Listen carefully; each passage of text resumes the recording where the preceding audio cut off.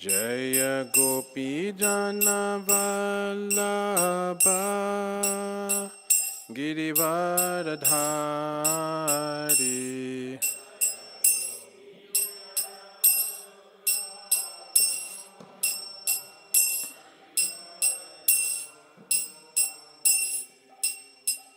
Yashodanandana Brajajana Ranjana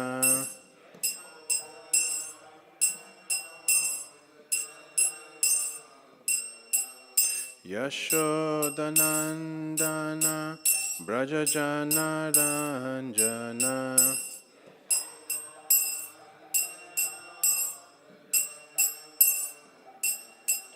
Jamunatira Vanachari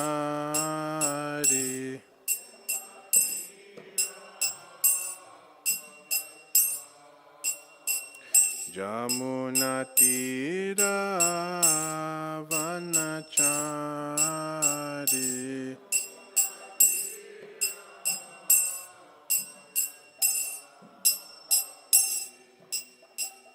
Jai Radha Madhava Kunja Bihari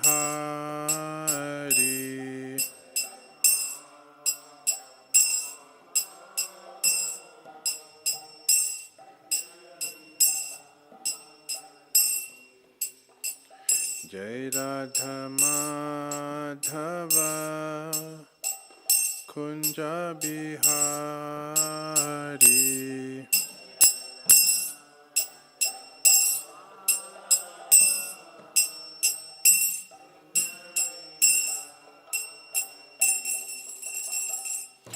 Jai Vishnupad Paramhamsa Parivrajaka Ashottara Sutta Shri Srimad His Divine Grace A.C. Bhaktivedanta Swami Shri Prabhupada Ki Jai Ananta Koti Vaishnavinda Ki Jai Nam Shah Shri Haridas Thakur Ki Jai Prem Shri Shri Krishna Chaitanya Prabhu Nityananda Shri Veda Gadar Shivasari Gaura Bhaktivinda Ki Jai Samaveta Bhaktivinda Ki Jai Janitai Gaur Premanandi Hari Hari Bo. O glories to assembled devotees, O glories to assembled devotees, O glories to assembled devotees, O glories to Shri Guru Guranga, O glories to Shri Prabhupada Ki Jai.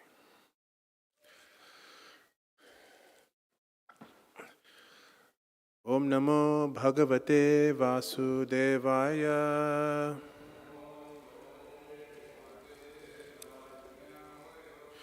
Om Namo Bhagavate Vasudevaya.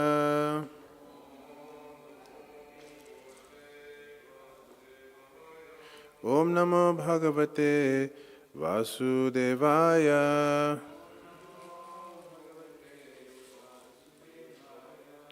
Hare Krishna.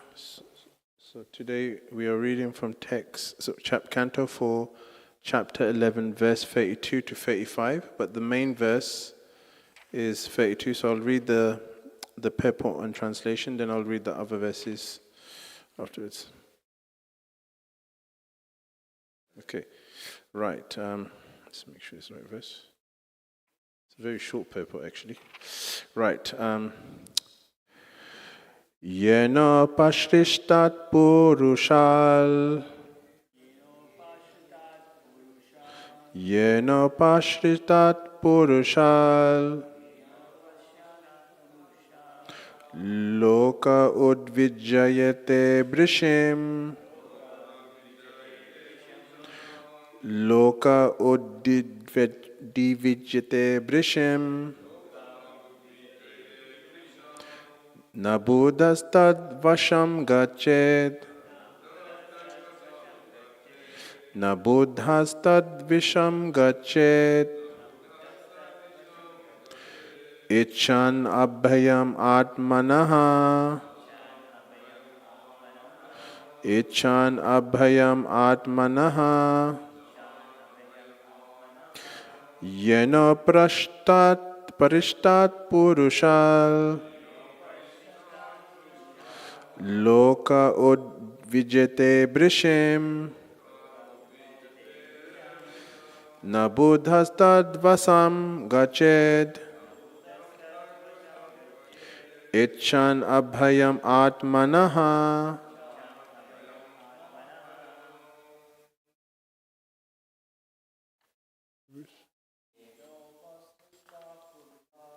Yena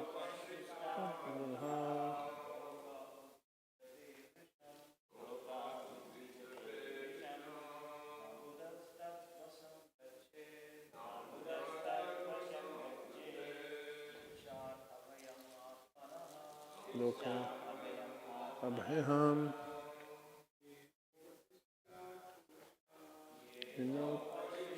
Purusha Loka Udvichate Brishim Nabhodastadvasham Gachet Natmanaha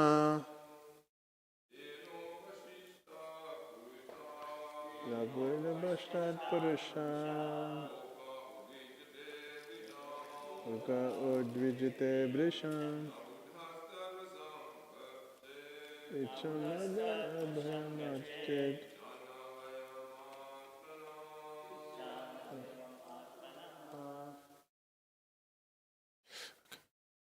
Yena, by which Upashrishtat, being overwhelmed, Purushtat, by the person, Lokaha, everyone, Udvijate, becomes terrified, Brisham, greatly, Na, never, Buddhaha, a learned person, Tat, of anger, Vasham, under the control, Gachet, should go, Ichan, desiring, Abhayam, fearlessness, liberation, Atmanaha, of the self.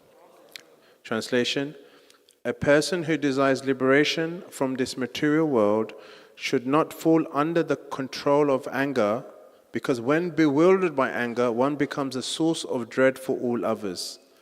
Purport: a devotee or saintly person should not be dreadful to others, nor should anyone be a source of dread to him.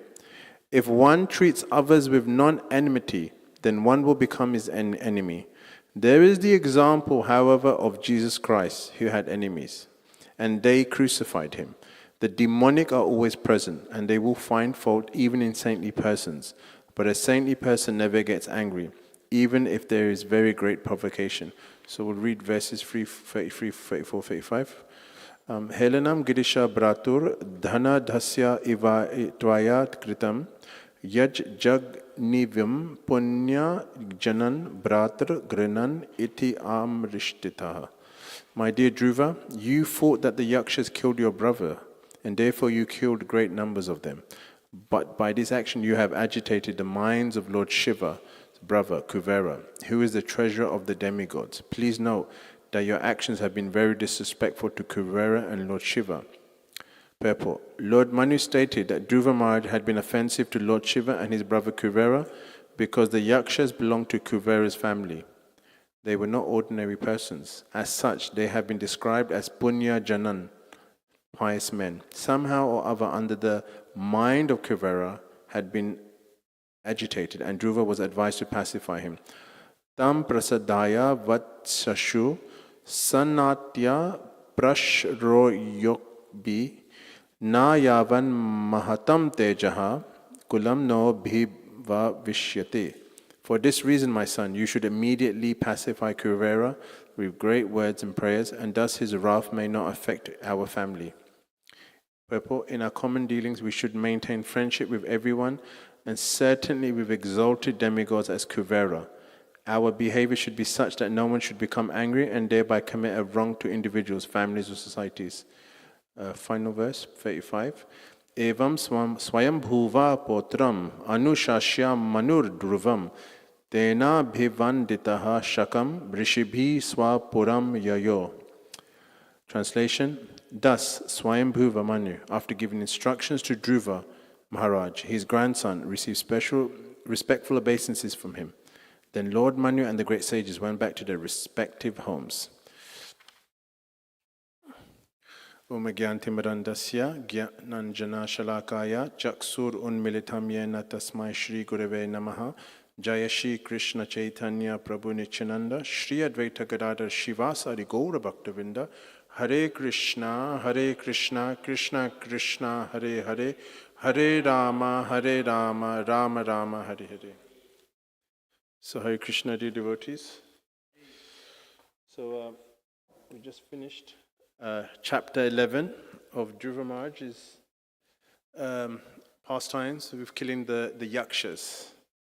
And in the first verse, the first verse I read, Swayam Bhuvamanyu is kind of chastising him because he says, a person who desires liberation from this material world should not fall under the control of anger, because when bewildered by anger, one becomes a source of dread for others. And then it says later on, you've offended Lord Kuvera, and by connection, even Lord Shiva by your actions. So I want to focus on anger.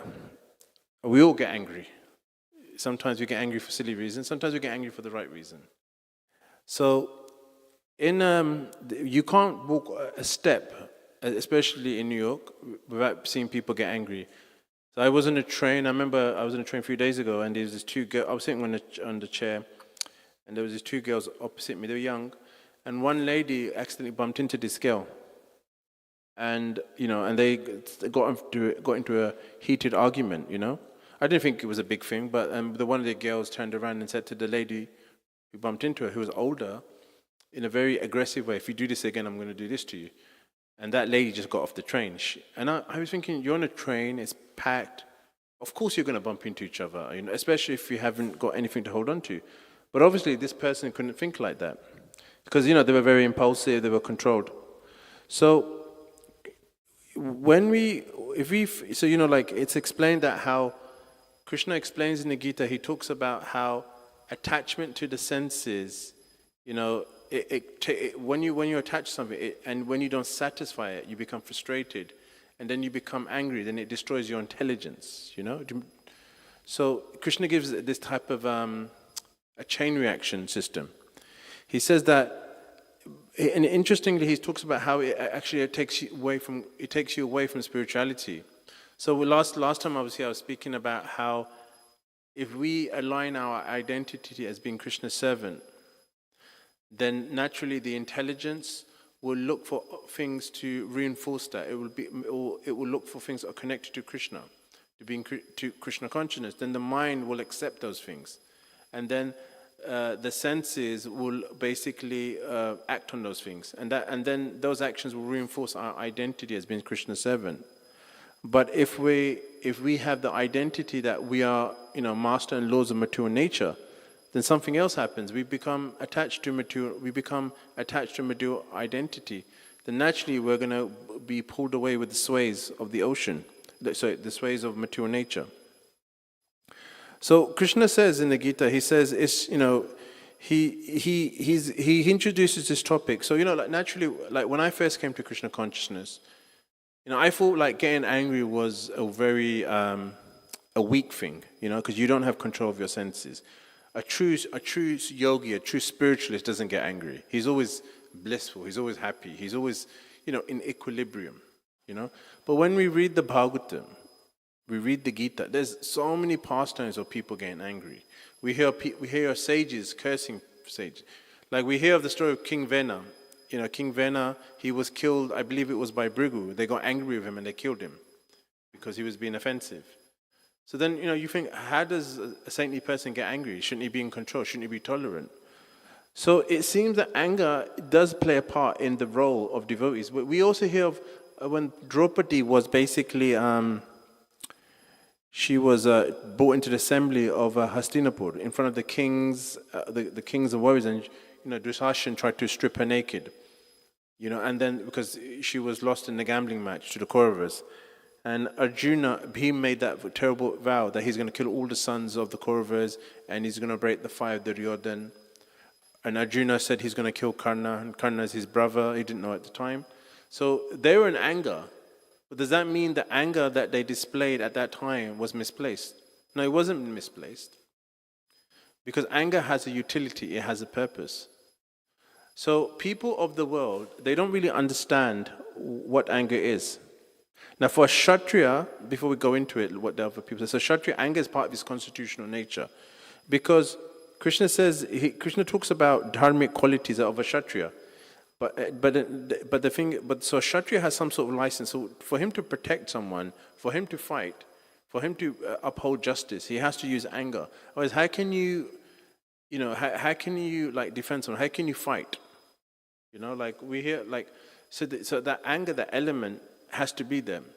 Now someone may say, well, you don't need it. We see trained martial artists, they train not to let their emotions get the better of them. And that's true. But the thing is, it's like conceiving a child with your wife. If lust is not there, how are you going to conceive? How are you going to get into the mood? So lust has to be there. Otherwise it's not possible. You can't, just artificially go into it. So so we don't deny these emotions. We acknowledge them and we engage it in Krishna's service to purify it. So this is a very profound thing. So Kshatriyas have that limit. But with Dhruva, he got angry because his brother was killed. And he has a right to kill the yakshas responsible, but his anger went beyond dharma. It went into a personal vengeance where he started killing innocent yakshas who hadn't done anything. And so then Swayambhuva Manu, who's the father of mankind, had to come, who's his great-grandfather. So what began as righteous anger became adharmic. Now, so one is dharma-aligned anger and one is ego-aligned anger. So we see people, they do things. Like I remember when I was young, when I used to get angry, like I would say things which are quite hurtful, or I'd break things as a child. I remember like when I was in school, and I was about 8, and I remember this girl in my class, she had this temper problem, and when she would get angry, she would insult the teachers. And she would completely lose, the awareness of where she is and how she's coming across, because that's what anger does to you, right? Like it's very easy. Like you see sometimes you see boxers who are trained in martial arts, like they do this thing where they face off, right? And then one pushes the other, one insults the other, and they start punching each other like animals. There's no self-sense control. But then when they have their fight, after the fight, they become friends, because it's done now. So it's like, so there's a place for anger, but how do we control anger? So I want to so one is mature anger, one is spiritual anger.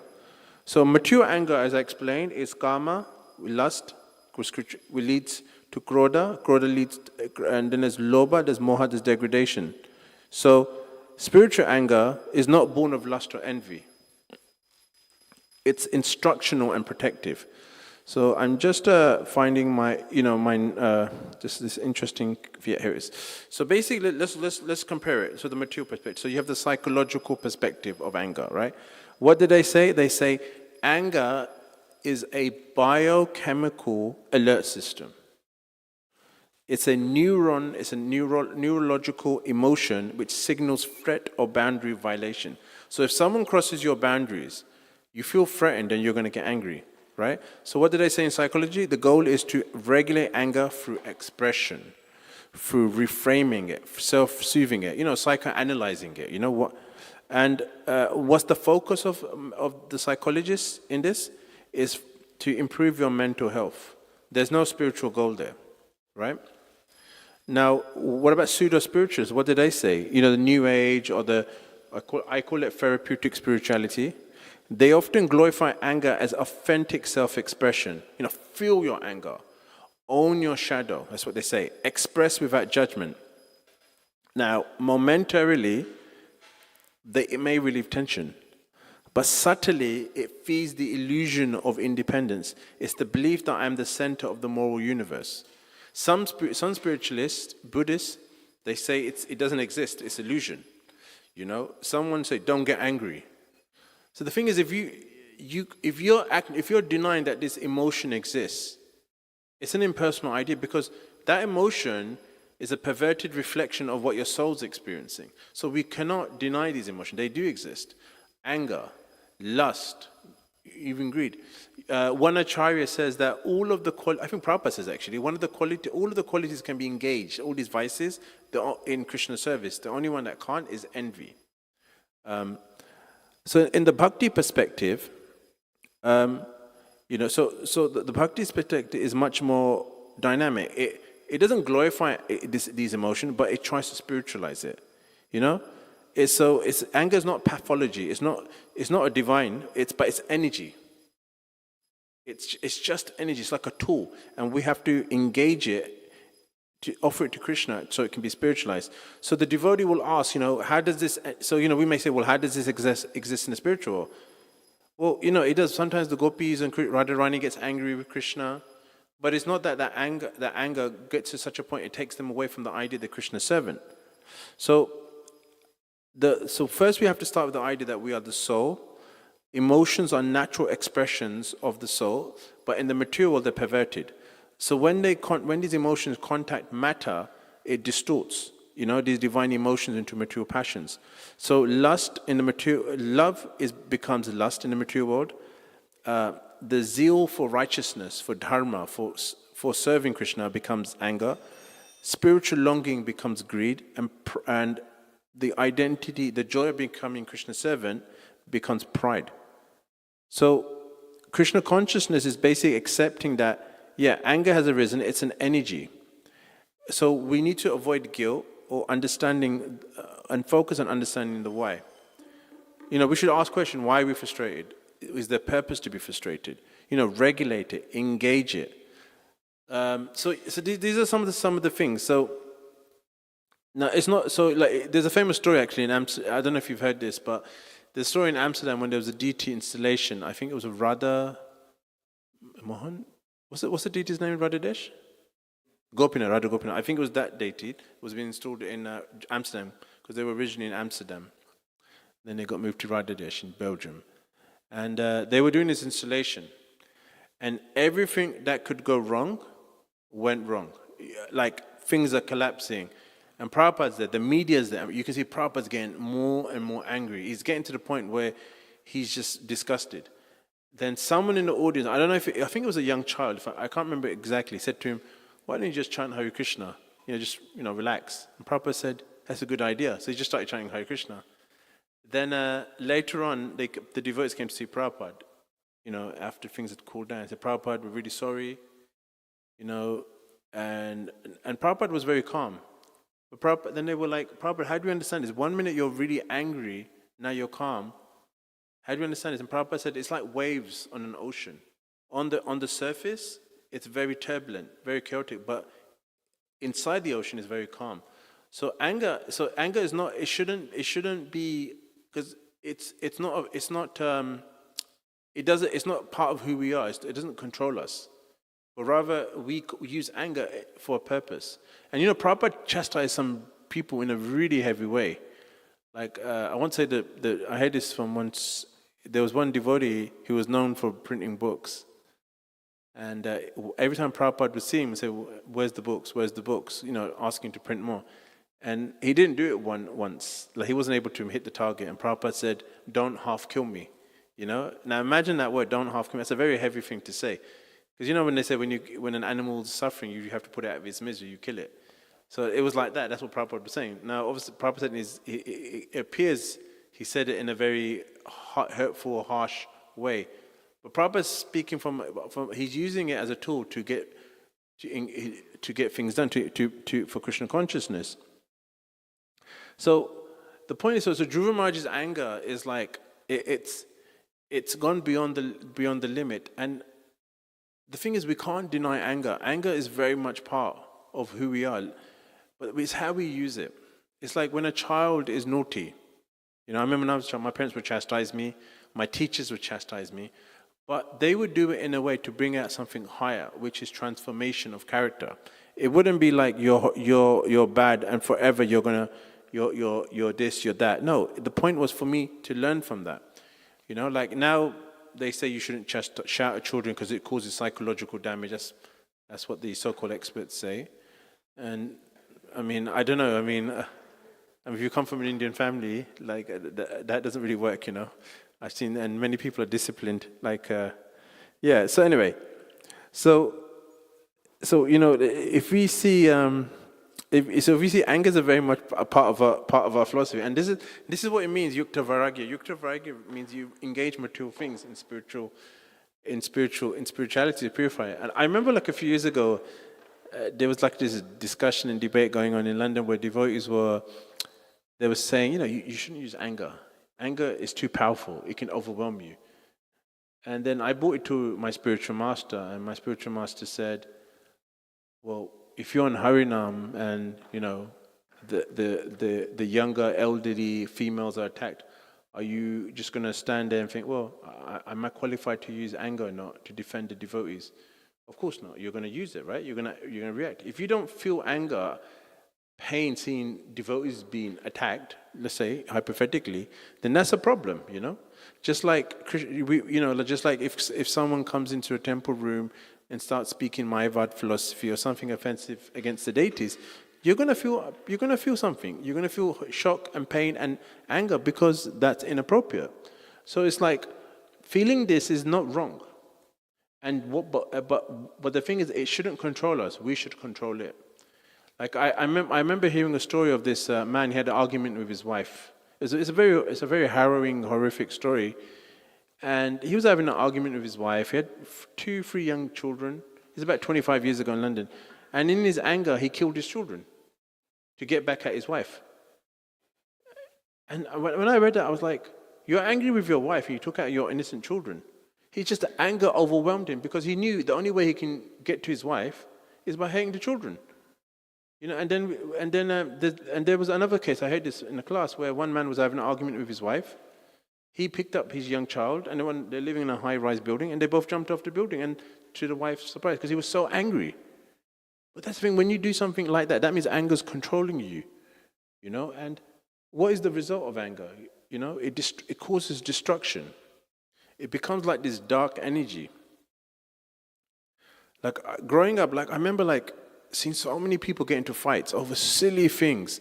It was the ego would get hurt, Like I remember I was in a bus a few years ago, and I accidentally looked at somebody on the bus. Like, when you just look around, and my eyes crossed with this guy. He was a big hench guy, and he got offended because he was with his girlfriend. He was drunk as well, and he was like, "What are you looking at?" And he came up to me. Now, and I was thinking, why would you get angry over something like that? That's just such a stupid thing. This is what we do in school, as children. But this is the problem. Once anger hits you, it's like this electric shock in your body. You have to act. But a wise person, a Krishna conscious person, will step back and say, what's the point of me getting angry here? What is the utility here? Why am I going to allow it to ruin my life? So this is the thing.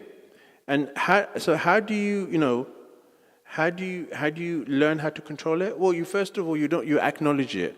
You acknowledge it as a tool. You don't let it consume you to the degree it takes you away from your service, from your identity as Krishna's servant.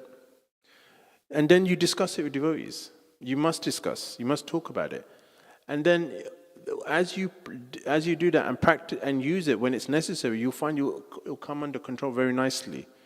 Because you can't function as well without the anger. And when I mean anger, I don't mean screaming, shouting, swearing. I mean using it in a practical way. If someone doesn't do service, you can speak in an assertive way. Like I do teaching. I was working in a school last week, and there was these kids who were very noisy. And I kept telling them to be quiet. So then I just looked at the class in a very stern way. Because when you're standing in front of the class, you don't say nothing. You just look at the class in an angry way.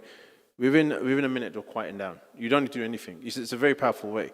I learned this when I was teaching, and I said in a very strong way. I didn't shout. I said, we need to have an understanding here.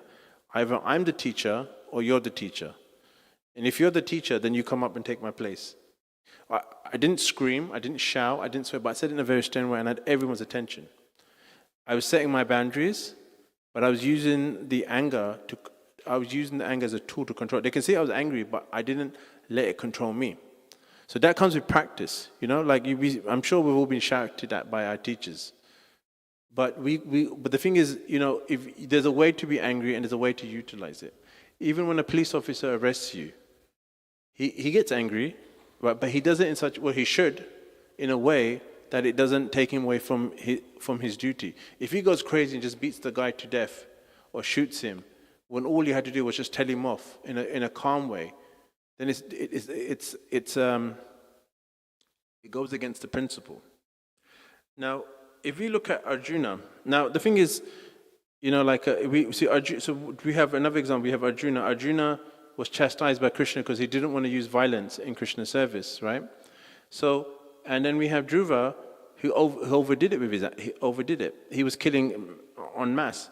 So Arjuna's refusal to fight wasn't obviously because of excessive anger. It was because of sentimental weakness, but it was master's morality. So Krishna, he condemns both violent passion, which is Dhruva Maharaj, and emotional paralysis.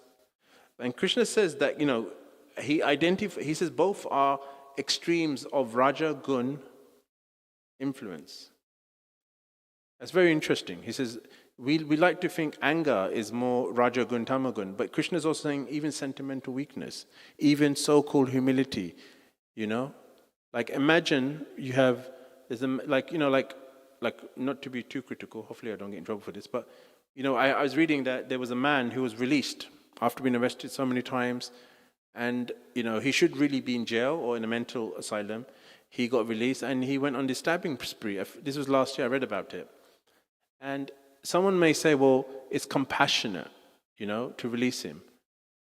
But the thing is, he's a danger to society, so that's misplaced compassion, right?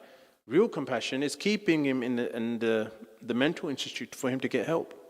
But because they're acting from the platform of Rajagun, passion, it's causing a problem in society. I was hearing this interview with this human rights lawyer. He said no one should be in jail for the rest of their life. And he said if someone's done a crime, no matter how bad that crime is, he should not be in jail for the rest of his life. But what about if you have a serial killer who can't help kill people? You have someone who's a terrorist who can't help blowing people up, right? He's acting. He's so consumed by material energy, he can't help but act on it. Is it safe to put him on the street? That's if you put him on the street, it's misplaced compassion, right? It's compassion is keeping him in an institute to protect people, and the same thing with anger. If someone needs to be punished, he has to be punished. Like in Vedic times, if someone did a horrific crime, what would happen? He would be executed, right? I'm not saying people should be executed, so don't misquote me. But what I'm saying is, because they knew it was a form of compassion, because that person wouldn't hurt anyone else, and you would destroy all his negative karma. So in his next birth, he's starting fresh. So you were engaging it with higher principles. So we need to make sure when we do something, we're acting from the platform of the mode of goodness. The mode of goodness is doing what's described in Scripture, doing it in a way that brings about transformation. Otherwise, if we're controlled by it, if you misuse it, then we see destruction. You can see the results of something, and you can see if you're doing something right or not. Lust should be used for creating children. The greed. Well, it says, the ultimate is having this desire to become a servant of Krishna, to do service, to glorify devotees, right? And all these other things can be engaged, but we have to do it according to time, place, and circumstance, under the authority of the Vaishnavas, Guru, and Scripture. So I'll stop here. If anyone would like to share a comment of them being angry, it's always welcome. Being in New York, I guess it's very easy to get angry. Or anything they'd like to share, ask a question. Just take the mic to anyone Yes, who raises Hadai Pran Prabhu. Yeah. Do you need a mic? Mic's coming.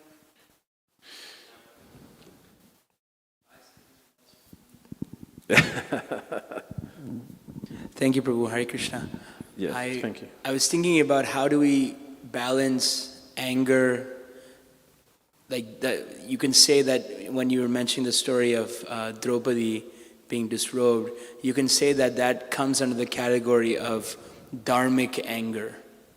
Now, I found a quote about sometimes when we're angry, we're also supposed to be Trinadapi Sunichena Taropi Seshtuna Manina Manina Kirtaniya Sadari. And then this is a quote from Srila Bhaktisiddhanta Saraswati that says, To express one's humility in front of an atheist who is envious of Sri Guru and the Vaishnavas, in front of a demonic person like Ravana, or in front of pretentious Brahmana, is not Vaishnav Seva, nor is it Trinad Api Suni Chena. If a person does so, he can never attain the ability to perform kirtan, nor can he develop taste for chanting the holy names.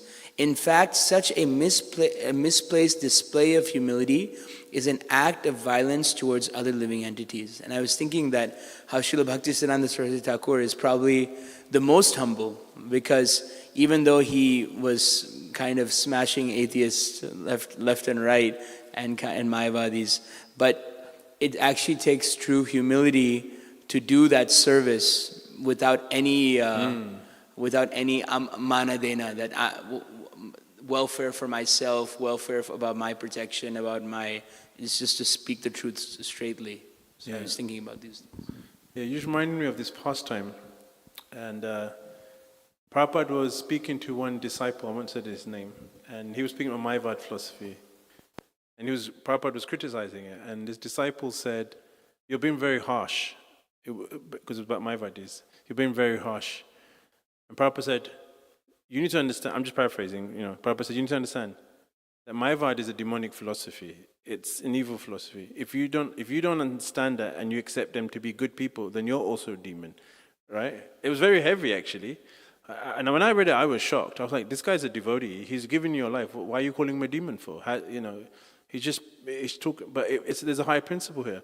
Because what's evil? Like Prabhupada says in the Gita, if you're not preaching Krishna consciousness, you're committing violence to living entities. He says that, right?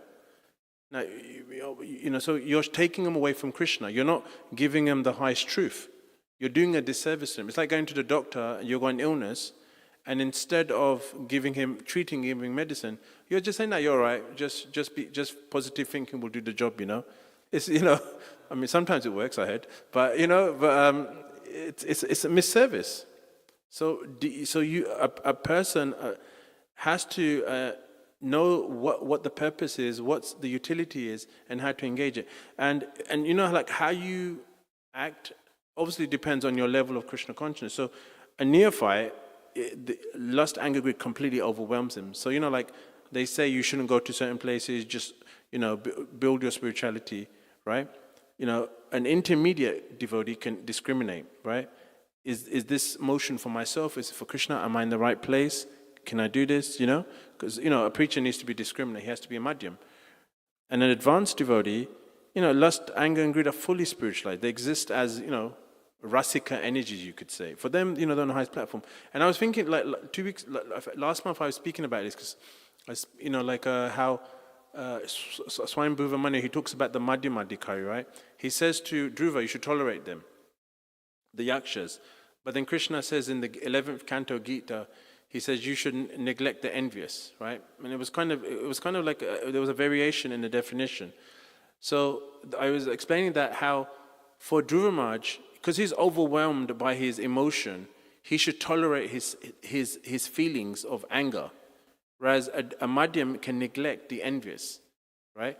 Because a devotee is acting on a higher platform, and Dharmarāja is acting on the platform as a kshatriya. So the application of it varies according to whether you're Brahmana, Kshatriya, Vaishya, Shudra. So Brahmana can tolerate, right? He doesn't need to kill anyone. He can tolerate and he can neglect. A Kshatriya has to tolerate his senses. He doesn't have to neglect. Does that make sense? That principle? So it's very interesting. The application varies according to your nature. And I was hearing one of my friends was saying, because when I was growing up in ISKCON, there were certain sannyasis who you knew they were very heavy, very angry. They would get angry, so you couldn't you couldn't ask them silly questions because they would chastise you. Because they'd be like, I remember one guy was asking a question. Instead of asking a question, he was giving a lecture. So this sannyasi just chastised him, said, "We don't want to hear your lecture. Just say it in one sentence," right? And I remember being there, and I was like, "Whoa, this is heavy." And then you see someone who's very soft, very nice, and you think, I want to associate with him. He's much nicer. But actually, and then later on, I found out that sannyasi who was very soft and nice, he's actually more heavier. He actually, when he chastises, it's really heavy. Obviously, that's not a rule for everything, but the point is, just because someone is externally has a certain behavior, that he's either angry or he's strict or it doesn't mean he won't get angry at the right time. Just like the mother is loving, but the mother can also chastise you. You know, it's the same with the father, right? The teachers can encourage you, but if you misbehave, he will chastise you. You know, so there's applications, time, place, and circumstance. But the main thing is we shouldn't think these don't exist. They do exist. We can't be Mayavadis and personalists and just ignore it. Oh, I'm going to ignore my lust. I'm going to ignore my doubts, because it is going to come back to bite you. It's going to build up to such a level where you're going to be compelled to act. Anyone would like to make a comment, ask a question?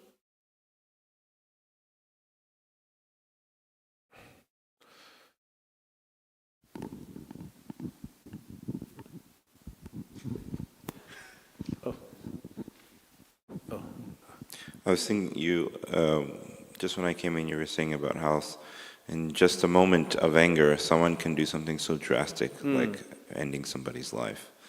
And you were saying how the mode of passion is so much active. Yes. And I was thinking how when we become angry, at least in a materialistic way, Yes. we become completely controlled by the material energy. But due to the agency of passion, we feel like we are in control. We're trying to exert some sort of dominance over someone, or whichever way, we become totally bewildered. And so we act in ways that we wouldn't if we had our head on correctly. And I was thinking about the nature of the material world, the razor's edge, that a moment of negligence and our life can become completely changed. And what to speak of in the association of Vaishnavas, we become angry unnecessarily and we make an offense, and our spiritual life becomes compromised. And so it's just interesting to think about how, Prakriti Kriyamanani, in so many ways we think we are in control. Someone upsets me and I need to teach them a lesson, but actually we are just becoming slaves to the modes. And so it's just a change of perspective when we can think about how, outside of acting in Krishna Seva and, Vaishnava Seva, in so many ways our so-called freedom is really just acting out our conditioned nature as fallen souls. It's just interesting to think about. Yeah, we should realize we have a certain nature, certain conditioning, and we want to purify that, And I think when we deny our nature, then we fall into problems, and there's certain devotees we don't vibe with, Does that mean that devotee is a bad person? No, it's not. And it's just the way it is individuality. We have to find what's true to our nature, what we vibe with, and purify that. It's very important. Like, I remember, someone said to me, you just gotta be yourself, be true to yourself, and if you have a problem, talk about to devotees, someone you trust. But it's important you have to be, and that's what Varnashram is, isn't it? Just going into something according to your nature and your qualities, And then if you do that, then you'll be able to become stable. But you can't go through life pretending you're something you're not, or trying to artificially control something, like they do in psychology. They try to psychoanalyze it, or in pseudo-spiritual, they deny it. It's going to fall apart. Did you have a question?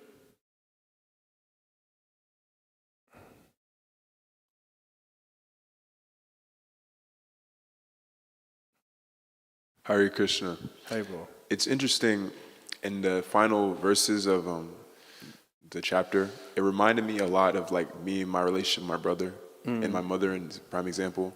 It felt like in the verse it was talking, Manu was saying that you disappointed the Kuvera and Shiva. Yeah. And then it reminded me how it's so easy to get angry, especially prime example, whenever I would fight with my brother in front of my mom, it actually felt she would tell me it would disappoint her more because fighting in front of her. So it's like you disapprove and disrespect like that opportunity just off of anger. And is even on Harinam, sometimes like I don't know if it's inappropriate for me to get angry in certain. I'm thinking of a prime example. Like I was with one guy, like I met one guy and he was just being ignorant. Now, granted, I don't know if it was right or wrong for me to get angry, but it's just like it's like immediately it's just you get angry and then you have to cool down. It's like a disgusting feeling. So Yeah, I remember, like there are different ways. Like I remember once I said to my guru, I get angry at certain people, and my guru said count to 100. Just to cool down. But yeah, different things work for different people. But the thing is, the most important thing, you do feel it, you do experience it, you got to acknowledge it. But then you have to then that's where the Krishna consciousness comes in. How would like I remember like always being told you should act in a way that your spiritual master would be pleased with you. How would your spiritual master expect you to act? That was kind of like a good anchor for me. But yeah, it's like the thing is we as devotees, and I think that's the amazing thing about Krishna consciousness. It really allows you to be a person. It allows you to engage your feelings, your emotions in Krishna consciousness, so it can get purified. It's like if you think about it, because bhakti, as your faith is increasing, your bhakti is increasing, you're advancing in Krishna consciousness, you're experiencing these really strong emotions, which are spiritual for Krishna. But they're being purified and they're becoming spiritual, but they're according to Guru Sadhu Shastra, So we don't deny feelings in Krishna consciousness, but we purify them and the real feeling will come out, Like sometimes, I don't know if you guys, any of you have been to Radhakund. I remember going to Radhakund first, long time ago, probably 2001. I was like really young then. And I remember there was this Babaji, you get this, after sannyas, I forgot, they take Babaji vesh, they wear white, they don't, they're not really meant to associate with anyone. And I remember hearing one in Hindi swearing at someone, and he was saying quite a strong word. And I was like, why is he swearing for? He's a Babaji, And it's like, and someone said, don't criticize them. Because in Vrindavan, you're not meant to hear criticism or say anything bad. And someone said, these are advanced spiritual personalities. Like if you hear Vamsi Das Babaji Maharaj, I don't know if you've heard of him, he was a Babaji, great Mahabhagwat. It says that he would say these swear words in Hindi, and I was like, wow, this is really heavy. And the thing is, but the thing is, it's like, they're in their spiritual bhav, so like, who are we to say anything? But we shouldn't imitate them. But the thing is, we should try to accept we have this conditioning and purify, engage it, whether it's greed, lust, anger. Well, not envy, because envy can't be used, but the other elements can be used. But it's important to be a person, to apply Yukta Vairagya. And there's many examples. Balaram killing, I think it was Sutta Goswami's father. He didn't stand up to welcome him. He killed him with this straw thing, like stabbed him or something. You may say that's a bit harsh, but he's God, why can't he do that? And Lord Ram killing so many people, Krishna killing. Like, Krishna, when he killed, it's really bad. I really forget people's personalities' names. That demon who said 100 insults and Krishna cut off his head. Do you remember the name? Shishupal, yeah. Shishupal, yeah. But Krishna tolerated for 100, and then he chopped off his head. So there are limits as well, Anyway, anyone else?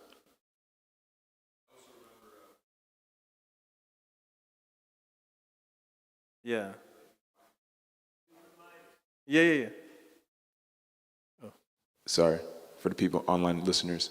I remember in the Krishna book, I think Krishna enters Mathura or Dwarka, and then he goes to this salesman and he's like, "Can you give me this?" And then he was also the seller was a demon, but immediately he cut his head off. Yeah, because he was insulting. Yeah. But when God is absolute, whatever He does. Like in mathematics, they have this, in discrete mathematics, they have this absolute principle. If it's negative, positive, it's always positive. So God is always, He's always positive. He's always equilibrium. For Him, it's a spiritual activity. I remember I was hearing this debate in where I'm from in London. So there's this Muslim man, he's doing dawah, he's preaching, and he says to one devotee, they're not from ISKCON, I think they're from Gaudiya Math. He said, I don't accept God, stealing the clothes of the gopis. I don't accept God. How could God do that? And the devotee didn't answer his question properly. I was thinking, if I was there, I would have said to him, well, the thing is, God can do anything. He's absolute. He's pure. He's like, who are we to say, when we do it, yeah, there's a distinction, but for God, there's no distinction. It's His energy. He can do what He wants, So, and even with His great personality, they can say something, they can do certain things. Like, especially if they're avadutas, they can do Nityananda Prabhu, he was an avaduta, he was a sannyasi, and Heidi was married. He broke Chaitanya Mahaprabhu's danda. I mean, you should go to that place. It's in Orisha. It's called Dandabanga. Amazing place. He did all sorts of things, but he's God. Vamsi Das Babaji Maharaj, even the acharyas, like we hear of Gorkishore Das Babaji Maharaj, he would chant in a latrine place, where you pass stool and urine. Obviously, we can't imitate that, but for they're on a higher platform. That's a Mahabhagavad Uttama level. But the point is, we have to purify. We have to engage things, and when we do that, we become stronger. We become more mature. And then then when someone then it'll come to the point when someone insults us, we won't really care. We'll be like, I don't really care. It's not what you think of me is none of my business. And then you go along your path. But the thing is, we have to be true to ourselves. We have to be persons, and it's important. Anyone else?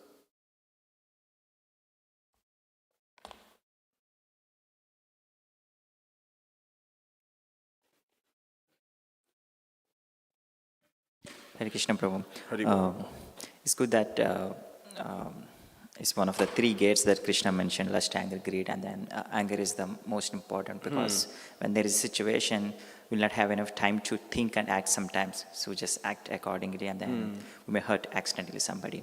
But I'm also thinking there is other side of it too. So okay, once you got angry, then how do you come back to the normal state, and how quickly you can come back to the normal state? Because there are some situations where there's an incident happened and then you got angry, but are you kind of carrying the same mood throughout the day? Are you carrying the same mood with every person that you meet? How quickly you're coming back? So that's also an important factor, because earlier I was hearing, I think it's Shrutikita Prabhu's memories with Srila Prabhupada. He did mention there's one instance in Mayapur when Srila Prabhupada asked somebody to ask Shrutikita Prabhu to bring some other devotee. And then Prabhupada is fired up. He's literally angry with the devotee for something. And then Shrutikita Prabhu is also, who is standing next, he is also shivering. Prabhupada is so angry. And then on top of the situation, he's still shivering and shaking. And Srila Prabhupada saying, why are you shivering? What's wrong with you? And then he said, Srila Prabhupada, you're so angry. I'm just confused. How do I have to behave with you? And Prabhupada said, that's with him. Forget him. Forget that situation. Now have normal routine. And then Prabhu is saying, how nicely Srila Prabhupada transition these moods actually. So he had something with some devotee, and he is back to normal. So he's not carrying, he's content with that situation. And the next situation happens, he's just particular that he's not carrying the same mood with the next instant or next person. Yeah. So I think at least we can something, even though somebody got into angry, then how do you come back to the normal? That's something also very important. And maybe you can also share something with your realizations experience. How do you come back to the normal state immediately? Well, I think everyone can share something. Hadik, it's very hard. But it depends on you as a person.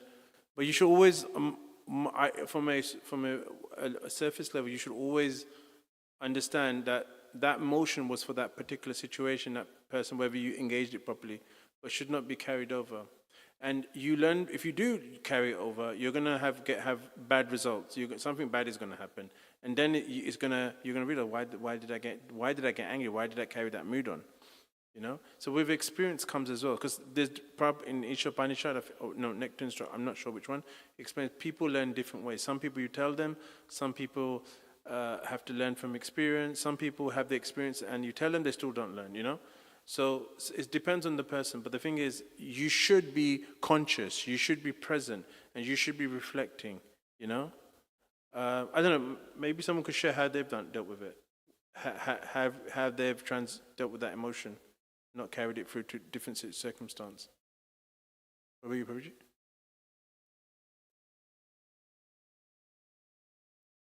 I can share from, there's a devotee in England, Krishna Kirtan Prabhu, and so he was saying how Kadambakana Maharaj would get, one time he got very frustrated with him. Yeah. And Krishna Kirtan, and he was staying at Krishna Kirtan's house, and then so he just got so mad, he said, get out! And then he's like, Maharaj, where? It's his house, it's Krishna Kirtan's house. And said, get out! And then so Krishna Kirtan just walks out of the house, and he just decides to take a walk around the block. Yeah. Then he realized when he got to his house, he's like, oh, the door's locked. I have to knock on the door. I have to ring the doorbell. And then so he rang the doorbell. Maharaj is the only one in the room, in the house. So Maharaj just opened the door, and he had a big smile on his face.